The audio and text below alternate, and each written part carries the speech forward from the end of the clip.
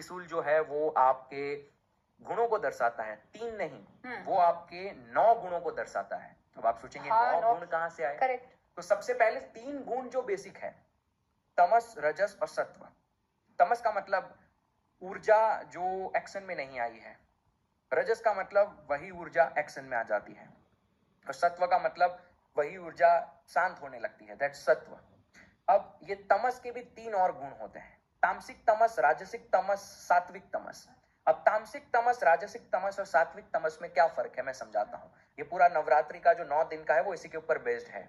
9 दिन अलग अलग गुणों को दिए गए हैं। पहले 3 दिन तामसिक के 3 एस्पेक्ट्स, फिर रजस के 3 और सत्व के 3।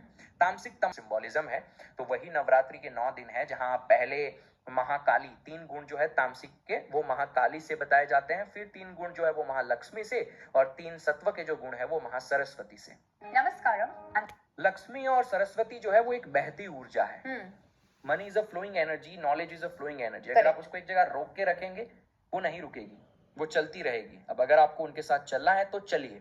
तो इस पूरे प्रोसेस के अंदर भी इन्हीं गुणों का इस्तेमाल किया जाता है कि अगर आपके पास सरस्वती यानी ज्ञान है, यानी आप सात्विक गुण में है, आपके पास ज्ञान है, लेकिन आपको वो ज्ञान आया और उस ज्ञान में ही आप अटक गए, अब आगे आप जाना नहीं चाहते, उस ज्ञान को आगे बढ़ाना नहीं चाहते, तो वही ज्ञान तामसिक सत्व बनकर आपके पास रह गया। Energy will flow and you will stay there, यानी तमस आपके अंदर आ गया, आप वहीं अटके रह जाएंगे।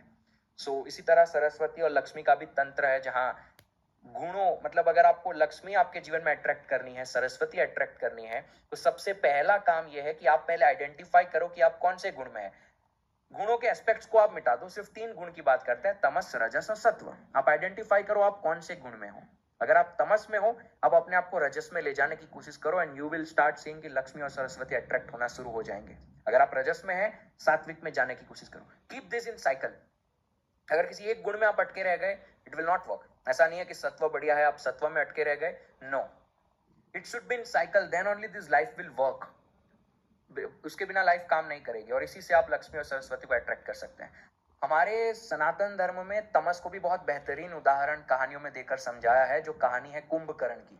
रामायण का वो एस्पेक्ट, वो कैरेक्टर, जहाँ कुंभकर्ण कुछ महीनों के लिए सोता है, फिर एक दिन उठ के खाता है, फिर वापस सोता है। ये साइकिल को दर्शाया गया है, तमस की साइकिल जो हमारे अंदर अटक जाती है, वो तमस है कुंभकर्ण, जिसको फॉर्म दिया गया है कुंभकर्ण का कहानियों में हमें समझाने के लिए।